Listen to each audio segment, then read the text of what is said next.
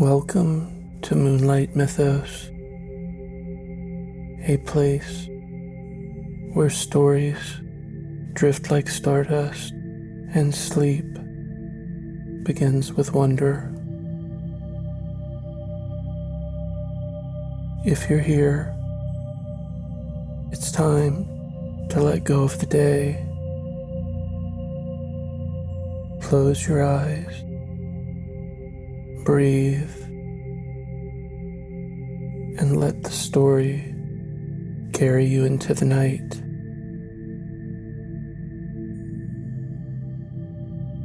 The story begins with longing. A queen far from her green mountain home, and a king who wished to ease her sorrow.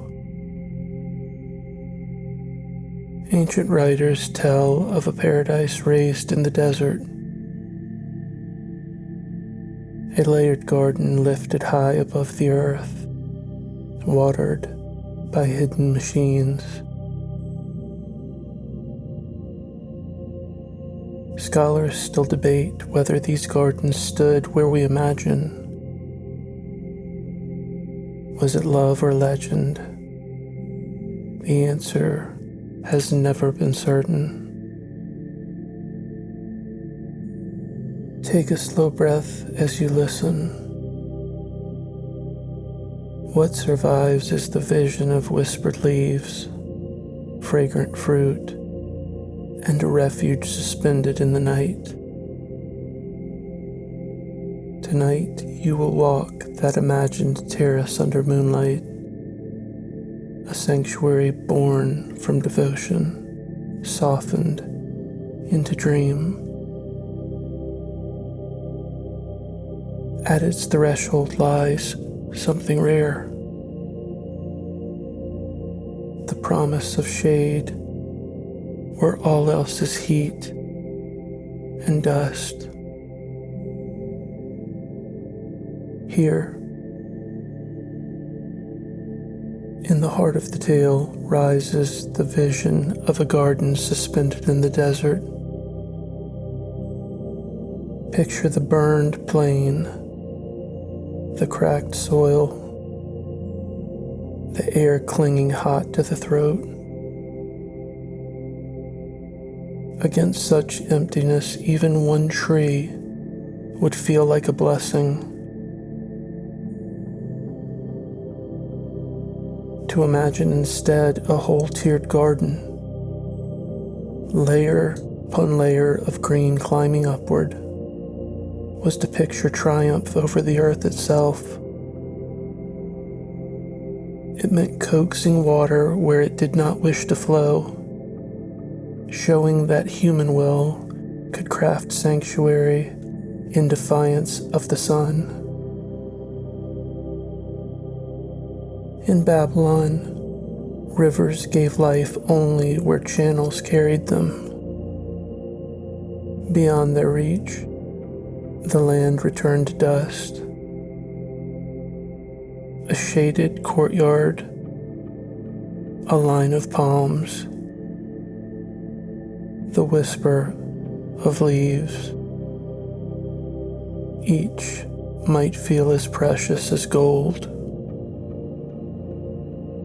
Ancient writers told of terraces rising like steps toward the clouds, draped in branches and fruit, fed by hidden devices that drew water upward,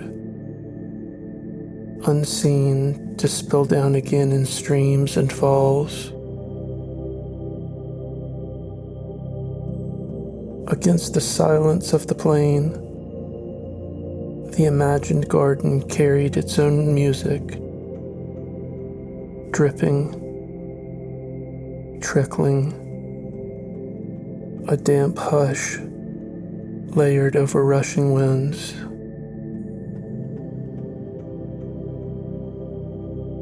For those hearing the tale, while standing in dry fields, it must have felt dreamlike. The vision traveled through Greek and Roman authors preserved less by stone than by story. step now into that imagined shade. Stones beneath your feet still hold the day's heat, yet the air above is cool and soft. Wide leaves tremble overhead, scattering moonlight into shifting patterns.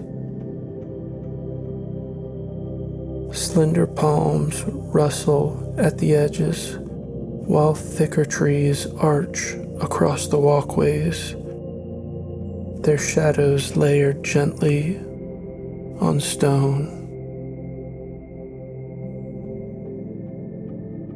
Outside, dry wind claws at clay walls. Inside, sound gathers differently. Branches tapping together, leaves whispering, water moving in hidden rhythm. At dusk, narrow channels may release thin streams into pools, each hiss a reminder of unseen care. Notice how the body changes here.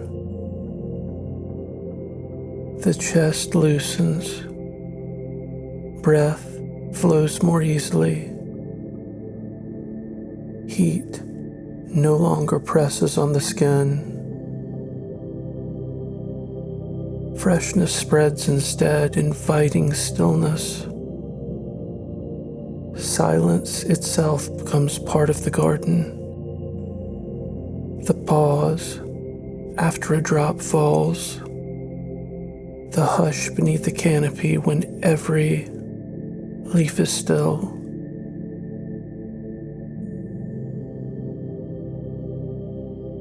The puzzle remains. No certain record of such gardens lies in Babylon's ruins. Inscriptions describe palaces and monuments, but not these terraces. It is Greek and Roman voices that recount their wonder, while Assyrian Nineveh, whose records do speak of elaborate irrigation, stand as another possible home. One city's silence, another's pride, echoes blurred by time. Still, the image endures because of what it offers. The relief of shade, the slowing of time within greenery, the chance to breathe where the desert should forbid it. Even if no one ever strolled these terraces, the dream itself soothes. To picture vines woven into tunnels of shadow, palms swaying in softened air, that vision alone eases the mind. And always, at the garden's heart, comes the same sound beyond the leaves, the persistent whisper of water.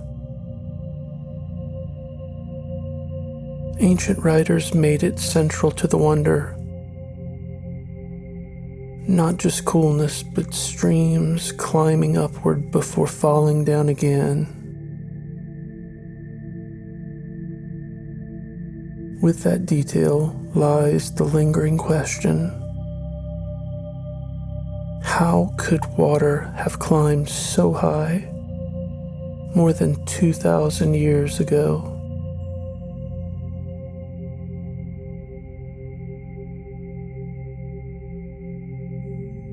The story is filled with sound, none more constant than the whisper of flowing water. No terrace could live without streams carried upward from unseen depths, feeding the roots of palms and vines. It is not only beauty, but quiet persistence. Motion where stillness might otherwise reign. Greek and Roman writers, Strabo and Philo, spoke of hidden devices lifting water to the highest levels before it spilled back down through channels. Later, scholars linked these accounts to known technologies, reminding us that hanging gardens were never divorced from engineering.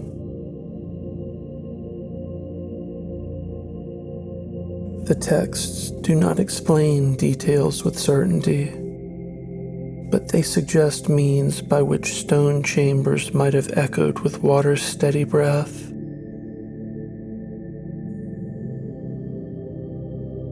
Possible methods were simple, familiar across Mesopotamia. The shaduf, a wooden beam balanced with a bucket, raised small amounts, though only a few feet. Chains of containers turned by animals offered greater reach, able to lift steady flows so long as rhythm never ceased.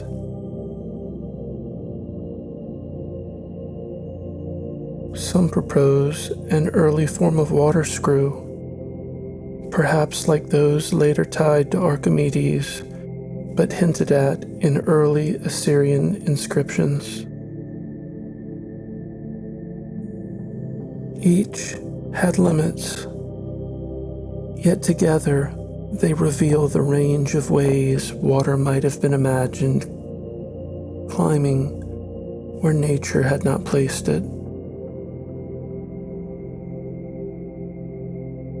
Modern researchers point also to the Jerwan aqueduct near Nineveh, proof of Assyrian ambition.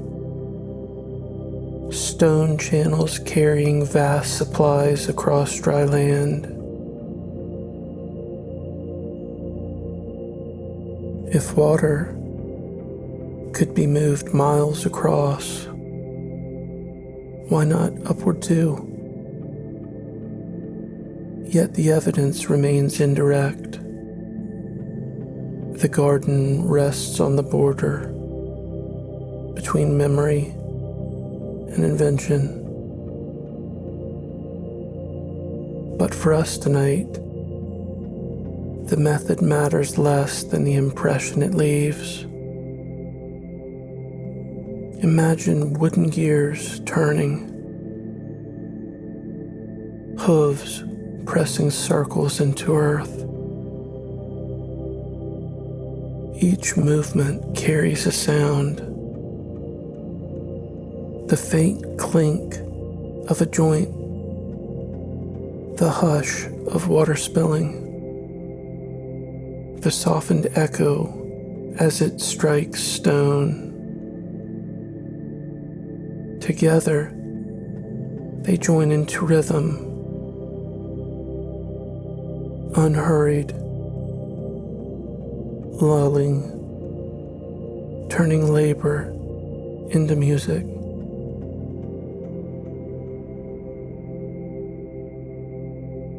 Listen closely. A drip, then a trickle, then the smooth hush of water finding its path. The rhythm repeats unbroken. Notice your own breath begin to mirror it. In, out, rise, fall. What was once toil becomes reassurance, each cycle steadying the mind as well as the garden.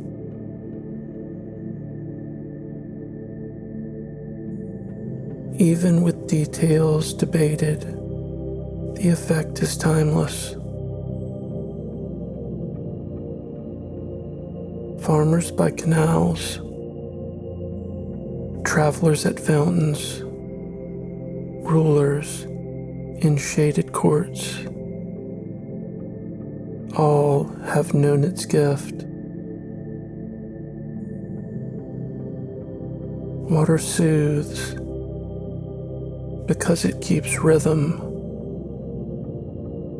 always repeating, always returning.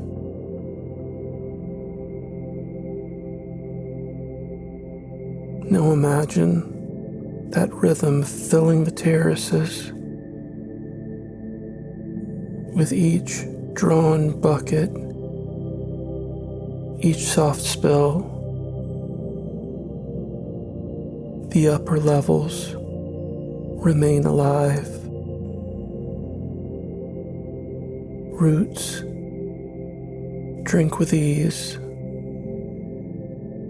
Leaves unfurl toward the night. The garden breathes through water, and you breathe with it. Effortless, measured, calm. Soon, the sound recedes. It has done its task, carrying life unseen, raising green into the air. What remains is hush, branches swaying, softened air, curiosity about what else might fill this night sanctuary. Some say it was not only shade and sound, but the sweetness suspended above. Fruit, fragrant in the breeze. Step forward now to see what gifts hang within reach.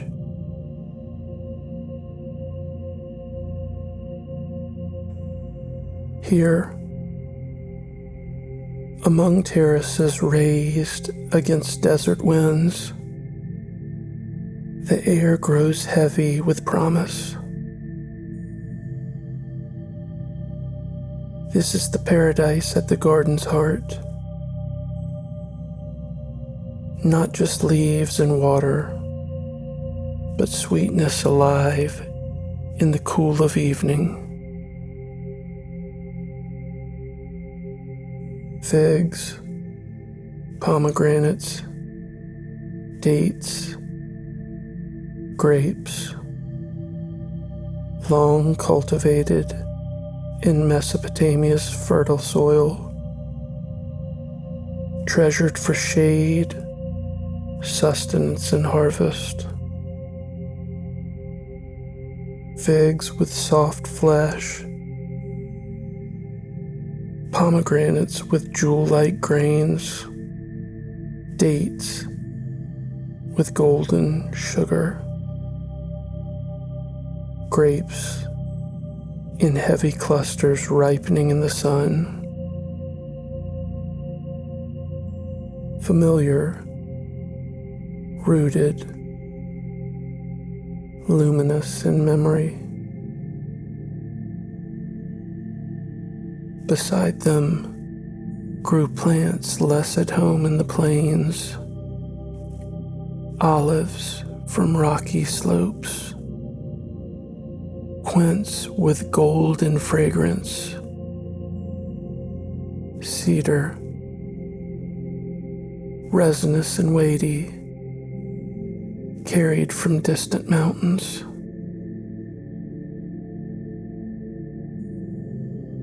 These trees required soils arranged to mimic their native ground. To move and tent them in a dry plain was no simple act. It was power displayed, rulers proving command not only over men and water, but over geography itself. Such trees offered more than fruit. They offered memory. To the queen, they recalled mountain slopes and cool air, a bridge between longing and presence. A sealed pomegranate in terrace shade was more than food. It was proof that abundance could exist wherever her king wished. In such ways, greenness softened stone into a symbol of comfort and authority. Now imagine the air at dusk. Heat loosens, scents rise, figs release syrupy sweetness, pomegranates tart edges, dates honey dark, grapes a faint wine-like note. Quince sharpens, cedar steadies. Together they weave fragrance both layered and alive, shifting with the breeze.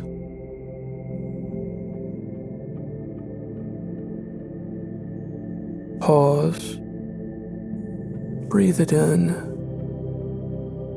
Notice how the chest eases. This is no simple orchard. It is a tapestry of sweetness, sharpness, resin, cool leaf.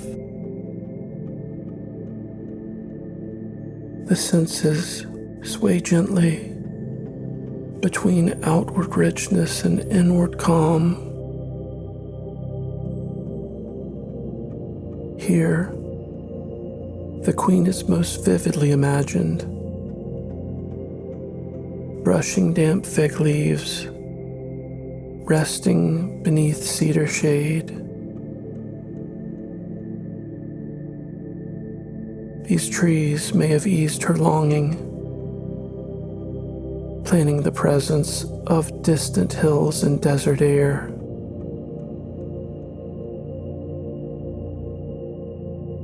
Fragrance became reassurance, turning absence into nearness with every breath. Let the thought linger. Cedar beneath quince, dates melting into sweetness, figs pressing lightly at the edges. Fragrance steadies, persuasive yet soft, drawing the mind inward. At night, the mingling of scents became more than food, a banquet for the senses, a feast without hunger. To imagine pomegranate seeds bursting or dates falling gently into hand is already to feel nourished. Imagination itself provides sweetness. Take one slow breath. Draw in fragrance. Let it go. Quietness settles beneath it. The body finds rhythm in noticing. Here, with roots in stone and fruit in air, the terraces wait. Their scents soften heat. Their shadows carry presence. Yet time shifts. The sun sinks. The garden yields to another, not fruit, but light. Moonlight now settles over terraced walls, touching them with a silver, calm daylight never allowed. Stone remains strong, yet under this softer light it loosens, inviting stillness as much as awe. Writers describe the terraces as firm and square, supported by platforms high above the ground. Their layers, carrying soil, trees, and channels of water. Excavations in Babylon revealed vaulted foundation chambers. Arched spaces, once thought to belong to the gardens, though later studies suggested other uses. Whatever their purpose, the image lingers. Heavy blocks lifted into place, arches rising, touched by moonlight into gentleness. Picture the terraces as a stairway ascending toward the sky. Each step wide enough for trees and paths, vines spilling down, moonlight breaking into pale streaks as branches shift.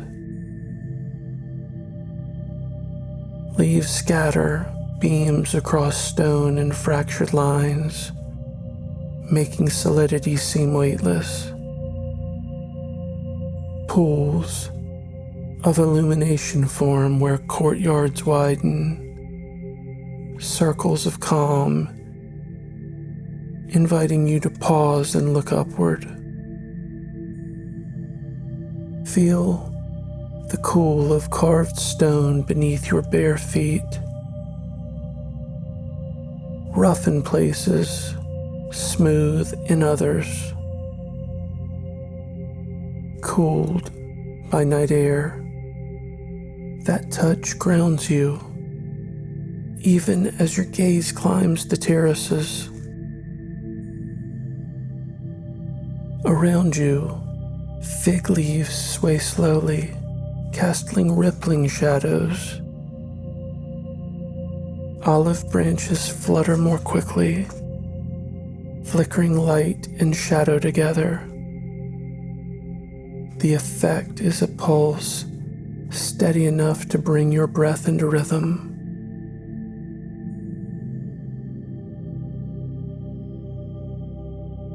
The terraces climb toward the expanse above, level by level.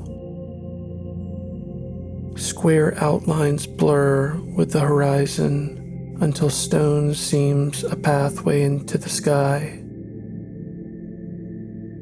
Stars scatter beyond, and for a moment, the garden joins with the heavens.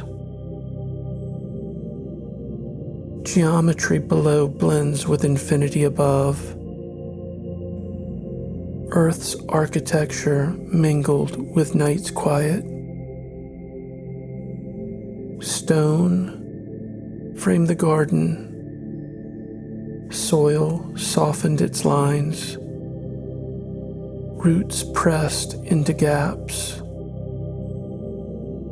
Flowers crept across edges, under moonlight. Stone and vine merge, separation nearly gone. Stand still. Night air brushes your skin, coolness replacing heat. Lift your hands. They glow pale in the light as though holding it.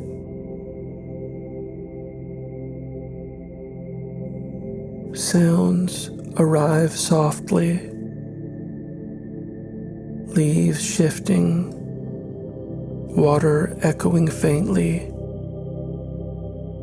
A branch cracking in the stillness. Breath moves easily, free of weight.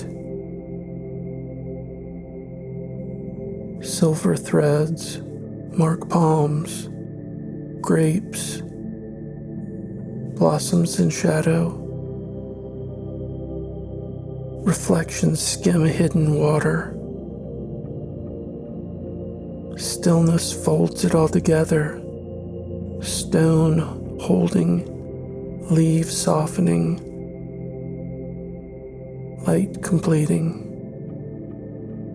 Here, thoughts that rushed in daylight stretch slowly, like shadows shifting with branches. Terraces lift vision upward. Trees calm, feeling inward. Together, moon and garden fashion space where strength and peace coexist. Nothing presses, only the soft exchange of shadow and shine. Notice how this vision endures beyond ruins. Stone can fall, soil can wash away, yet the image of moonlight on leaves remains vivid. You stand within that memory now. Weight of stone, cool hush laid over it, and at that meeting of stone and leaf beneath the moon, another thread begins, a story of why such beauty was imagined and what longing it sought to answer. Love, memory, and myth all meet in the story of the Hanging Gardens. Some say it was a gift of devotion. Others, a legend woven across centuries. Imagine hearing it for the first time.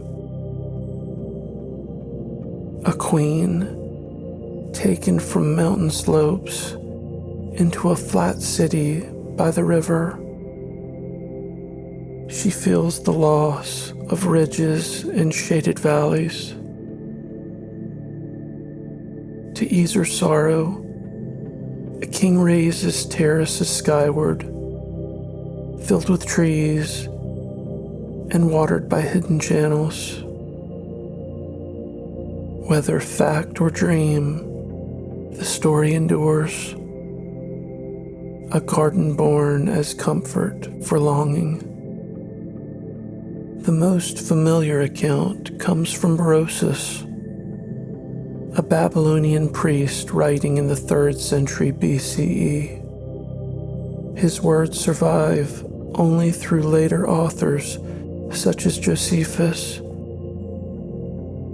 Berosus wrote that Nebuchadnezzar, who made Babylon splendid, built the garden for his queen, Amytis.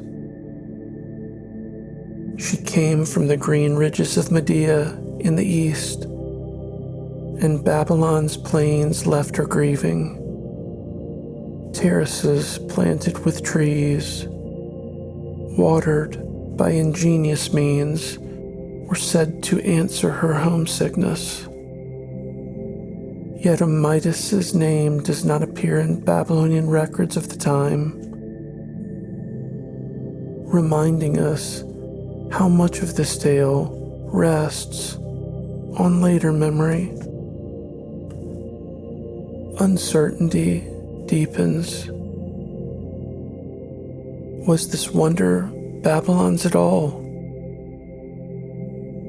Some scholars suggest the descriptions remembered by Greek and Roman writers may better match Assyrian Nineveh. Other historians point to Sennacherib's city, whose aqueducts and inscriptions speak clearly of watered terraces. There, too, rulers planted distant trees as signs of power. If the tale shifted across geography, it reveals how awe travels, binding memory into legend. Silence speaks as well. Herodotus, who described Babylon's walls and gates in detail, never mentions the gardens. Later writers did, with vivid flourish, but their words leave us unsure whether they recalled truth, imagination, or both. Between silence and retelling, the hanging gardens remain suspended, part seen, part dreamt. Other traditions shift the wonder still further, crediting older rulers or placing it elsewhere entirely. Rather than trace every version, it is enough to note how each adapts the story to what mattered most. Love, power, splendor. The gardens seem to belong wherever hope for them is most alive. What ties every version together is purpose. The garden is remembered not because it was certain, but because it was needed. To one, proof of love. To another, mastery of elements. To others, harmony itself. Historians puzzle. Listeners seem simply to hear the answer to the longings of the heart. Seen gently, the legend is less about proof than feeling. Terraces raised skyward, shaded for one who missed her hills. Trees as tokens of solace, vines as signs of care. The debate fades. What remains is reassurance.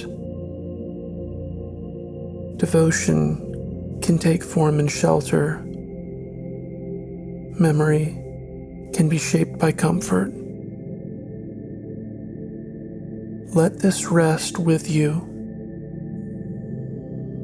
Love expressed through leaves and water steadies the mind, easing like shade over heat. Whether in stone or in story, the garden endures because it carries gentleness. Even if no terraces stood, the vision lingers as consolation.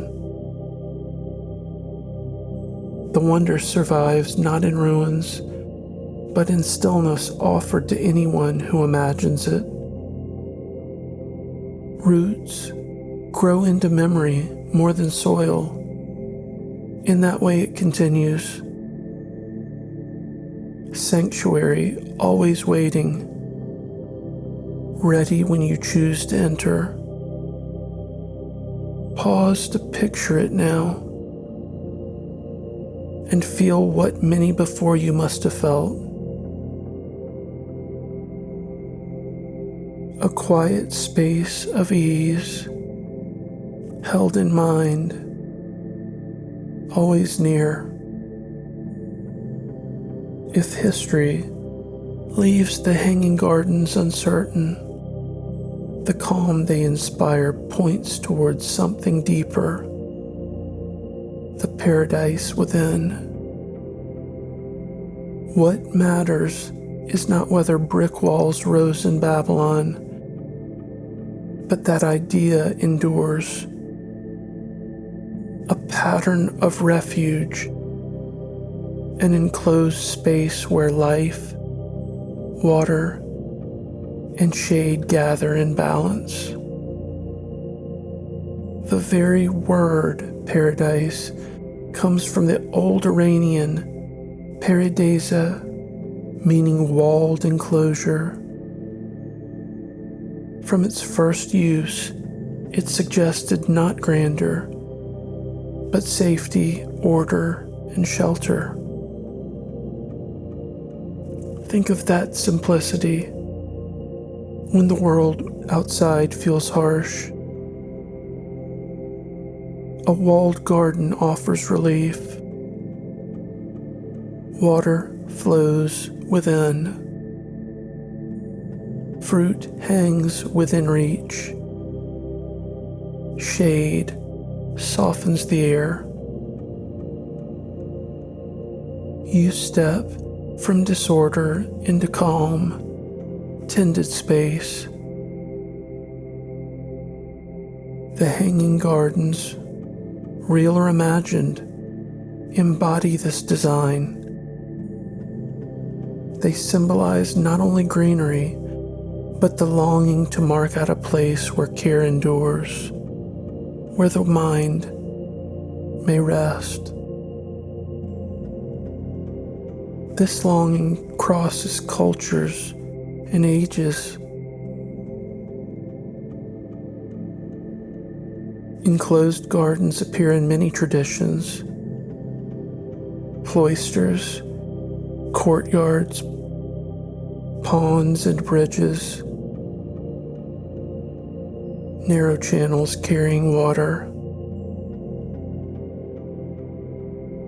Always, the purpose was the same: to nurture life within boundaries and offer people a place of ease. Paradise is less luxury than reassurance.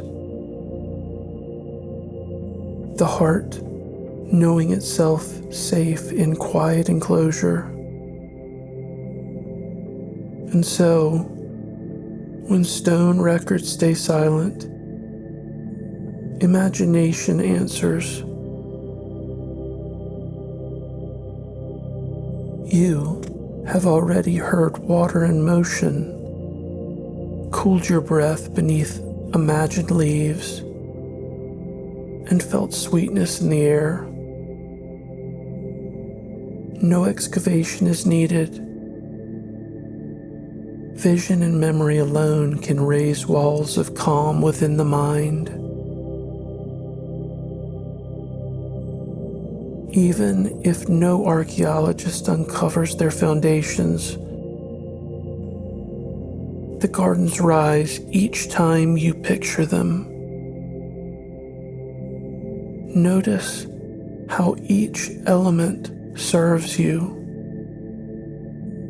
Water refreshing, fruit nourishing, shade calming, love completing the circle. Together, they weave rest, a pause safe from pressure. That is why so many stories return to the garden, and why listeners still find themselves steadied when they imagine it.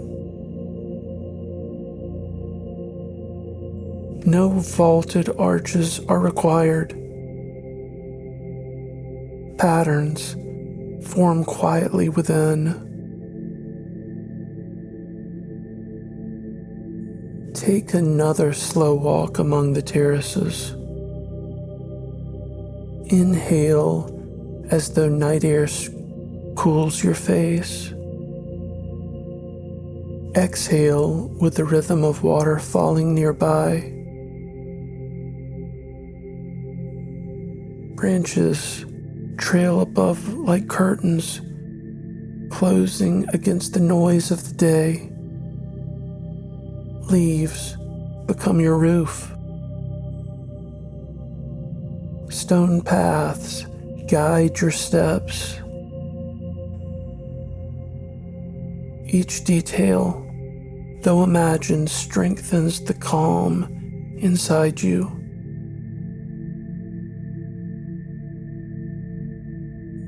This is the practice the story offers.